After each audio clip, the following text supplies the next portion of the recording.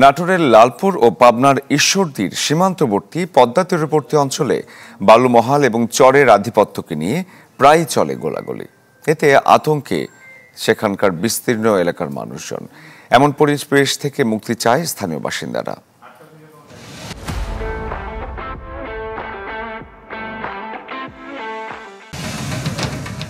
স্পিডবোটে অস্ত্র নিয়ে এমন মহড়া দেখে মনে হতে পারে সিনেমার দৃশ্য।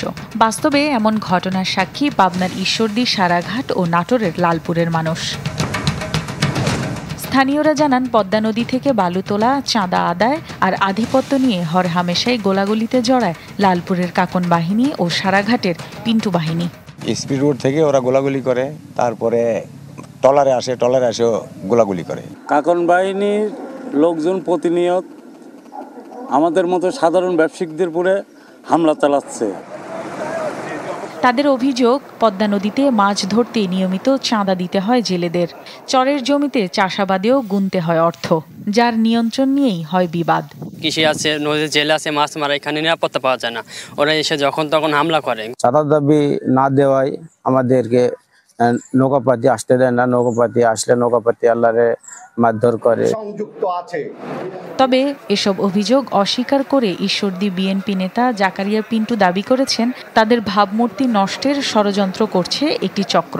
আগামী মনোনয়ন পত্রের জন্য আমি এটার একটা ব্যাড ইফেক্ট আমার পরে সেই জন্য পরিকল্পিত করা হয়েছে।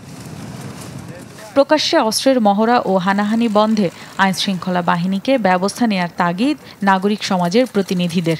আমরা চাইব যাদের কাছে অবৈধ অস্ত্র আছে, প্রয়োজনে সেনাবাহিনীকে স্পিডবোট বা অন্যান্য নৌযান সরবরাহ করা হোক। সেনাবাহিনীও এই সন্ত্রাসীদেরকে আইনের আওতায় নিয়ে আসুক। ইজারা নেয়ার ঠিকাদারও অভিযোগ করেছেন নদী থেকে বালু উত্তোলনে বাধা দেওয়ার, যা জেলা প্রশাসককে লিখিত জানিয়েছেন তিনি। এই বিষয়ে আমি আইনশৃঙ্খলা বাহিনীর সাথে কথা বলেছি। আমাদের যে পুলিশ বিভাগ আছে তাদেরকে সেখানে নিরাপত্তা বিধানের জন্য বলেছি। সেনাবাহিনীকেও তারা যেন ঈশ্বরদীতে যারা কর্মরত আছে বা ঈশ্বরদীর দায়িত্বে আছে সেখানে যাতে প্রয়োজনীয় ব্যবস্থা নেওয়া হয়। কোনো দুর্বৃত্তপনা যদি এখানে হয়ে থাকে সেটার বিরুদ্ধে জেলা পুলিশ অন্যান্য সংস্থার সাথে সমন্বয় করে আইনগত কঠোর পদক্ষেপ নেবে। চলতি বছরের ৩ জুন নাটোরের লালপুরের পদ্মা নদীতে ৪৬০ একর জায়গা বালু উত্তোলনের জন্য লিজ দেয় নাটোর জেলা প্রশাসন। ৯,৬৮,০০,০০০ টাকায় অনুমতি পায় মেসার্স মোল্লা এন্টারপ্রাইজ।